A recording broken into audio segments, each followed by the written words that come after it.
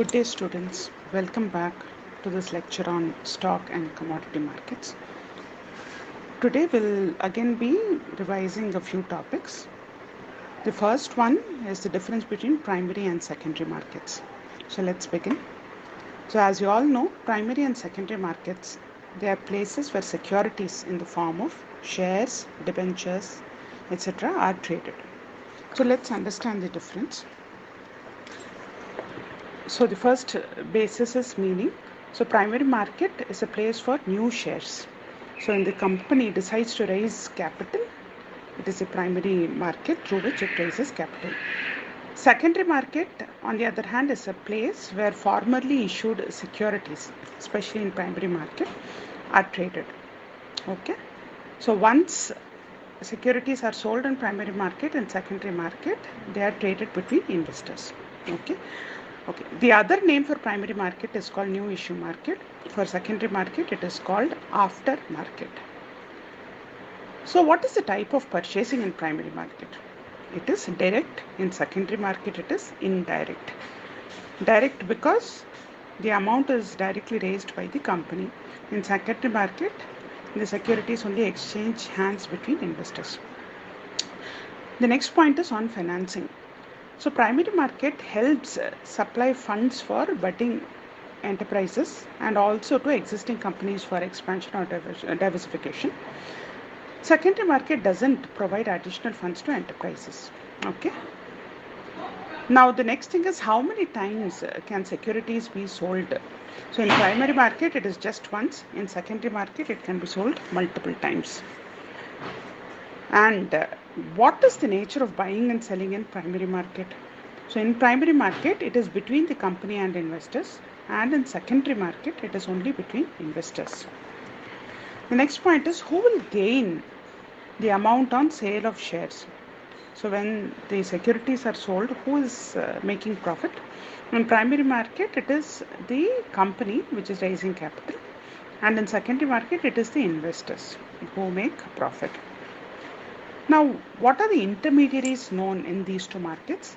In primary market, they are known as underwriters, and in secondary market, they are simply known as brokers. What kind of pricing is decided in each of these markets? In primary market, it is generally fixed price or a price which is arrived based on demand and supply. Even that is more or less fixed. Whereas in secondary market, it fluctuates on a regular basis depending on everyday demand and supply. Okay. Now, what kind of organizations have these set up? I mean, for primary market, there is no specific organization or a geographic location or something like that. Okay. Whereas secondary market, it has a physical location. So your stock exchanges, they are all examples of physical market. So moving on, the next topic we are going to take up, it talks about methods of flotation. Flotation in the sense, initially when the company wants to raise capital and wants to go ahead with new issue, what all can it do? Okay. So a similar topic we did for money market, that is various money market instruments. It is something similar to that for raising initial capital in the primary market. Okay.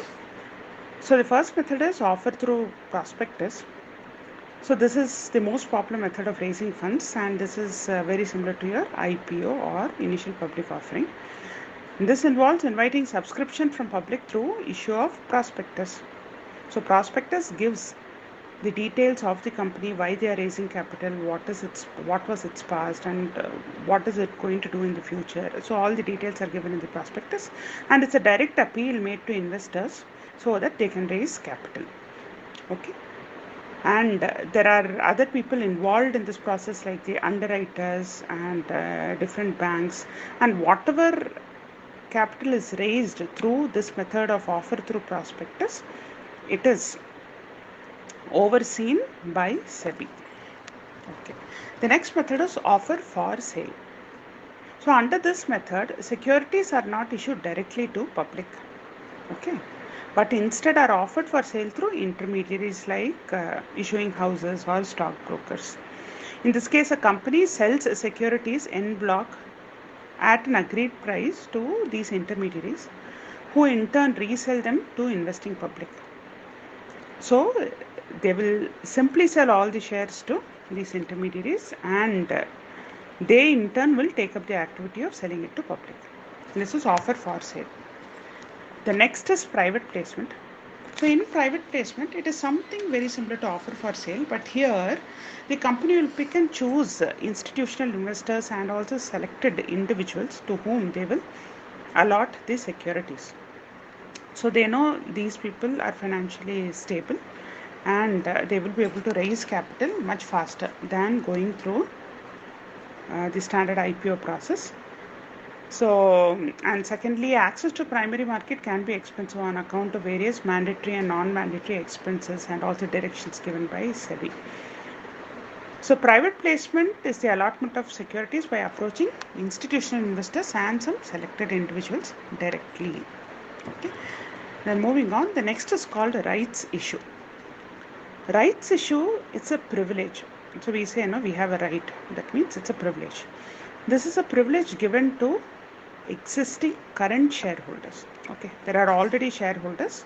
So it's a privilege given to them to subscribe to new issue of shares. Sorry, according to the terms and conditions of the company. The shareholders are offered a right to buy new shares in the same proportion as the number of shares they already hold. So the shareholders have an option to buy or decline it, or they can also pass this rights to others. So first option is given to them to buy shares. Okay, this is rights issue.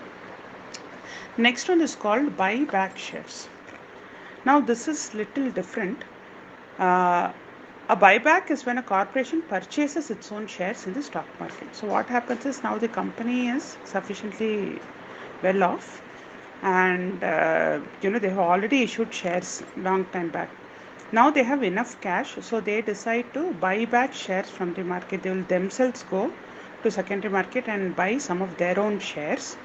So this allows companies to invest in themselves, and hence reducing the number of shares outstanding, in the sense number of shares which are floating in the market. Okay, and their own proportion in shares increases by doing this. Okay, so this is buyback shares, and this is used for various reasons. Sometimes even to give a push for share prices, they do it, and of course to increase their own holding on the company, they do it. So this is one other method. Then there is the book building process. Now book building process is very much part of your IPO process, that is initial public offering. In this, the underwriter attempts to determine the price at which the shares can be sold by understanding the demand and supply situation in the market. Okay, so an underwriter, normally an investment banker, builds a book by inviting institutional investors to submit bids for the number of shares they would like to purchase and at what price they would like to purchase.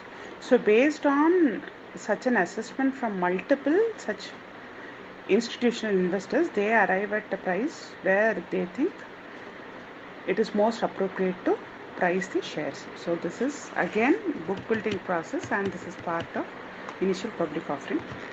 Then we also have something called the EIPOs. So that is IPO process which is carried through online system, and this is also monitored by SEBI.